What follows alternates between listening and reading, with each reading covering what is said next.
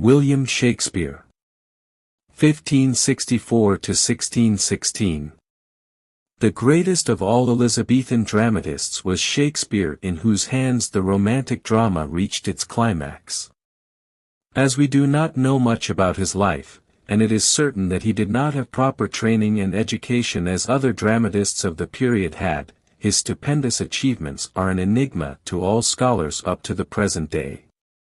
It is still a mystery how a country boy, poor and uneducated, who came to London in search of odd jobs to scrape a living, could reach such heights in dramatic literature.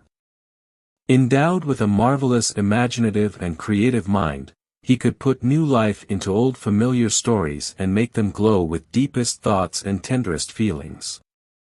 There is no doubt that Shakespeare was a highly gifted person, but without proper training he could not have scaled such heights. In spite of the meager material we have got about his life, we can surmise that he must have undergone proper training first as an actor, second as a reviser of old plays, and the last as an independent dramatist. He worked with other dramatists and learned the secrets of their trade. He must have studied deeply and observed minutely the people he came in contact with. His dramatic output must, therefore, have been the result of his natural genius as well as of hard work and industry. Besides dramatic poetry consisting of 2 narrative poems, Venice and Adonis and the Rape of Lucrece, and 154 sonnets, Shakespeare wrote 37 plays. His work as a dramatist extended over some 24 years, beginning about 1588 and ending about 1612. This work is generally divided into 4 periods. First period as a writer, 1577 to 1593. This was the period of early experimental work.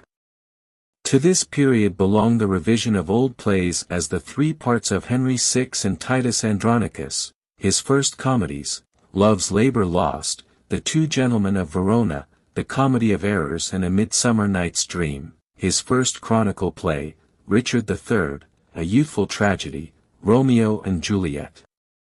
Second period of writings. 1594 to 1600. To the second period belong Shakespeare's great comedies and chronicle plays, Richard II, King John, The Merchant of Venice, Henry IV, Part 1 and 2, Henry V, The Taming of the Shrew, The Merry Wives of Windsor, Much Ado About Nothing, As You Like It and Twelfth Night. These plays reveal Shakespeare's great development as a thinker and technician. They show the maturity of his mind and art. Third period, 1601 to 1608. Shakespeare as a greatest tragedy writer. To the third period belong Shakespeare's greatest tragedies and somber or bitter comedies. This is his peak period characterized by the highest development of his thought and expression.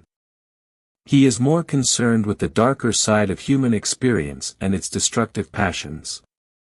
Even in comedies, the tone is grave and there is a greater emphasis on evil. The plays of this period are, Julius Caesar, Hamlet, All's Well That Ends Well, Measure for Measure, Troilus and Cressida, Othello, King Lear, Macbeth, Antony and Cleopatra, Coriolanus, and Timon of Athens. Fourth period, 1608 to 1612. His later comedies. To the fourth period belong the later comedies or dramatic romances. Here the clouds seem to have been lifted and Shakespeare is in a changed mood. Though the tragic passions still play their part as in the third period, the evil is now controlled and conquered by good. The tone of the plays is gracious and tender, and there is a decline in the power of expression and thought. The plays written during this period are Cymbeline, The Tempest and The Winter's Tale, which were completely written in collaboration with some other dramatist. The plays of Shakespeare are so full of contradictory thoughts expressed so convincingly in different contexts, that it is not possible to formulate a system of philosophy out of them. Each of his characters, from the king to the clown, from the most highly intellectual to the simpleton, judges life from his own angle, and utters something which is so profound and appropriate, that one is astonished at the playwright's versatility of genius. His style and versification are of the highest order.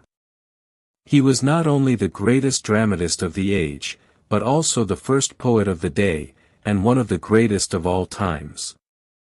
His plays are full of a large number of exquisite songs, and his sonnets glowing with passion and sensitiveness to beauty reached the high water mark of poetic excellence in English literature. In his plays there is a fine commingling of dramatic and lyric elements. Words and images seem to flow from his brain spontaneously, and they are clothed in a style which can be called perfect. Though Shakespeare belonged to the Elizabethan age, on account of his universality he belongs to all times. Even after the lapse of 3 centuries his importance, instead of decreasing, has considerably increased. Every time we read him, we become more conscious of his greatness, like the charm of Cleopatra. Age cannot wither her, nor custom stale her infinite variety.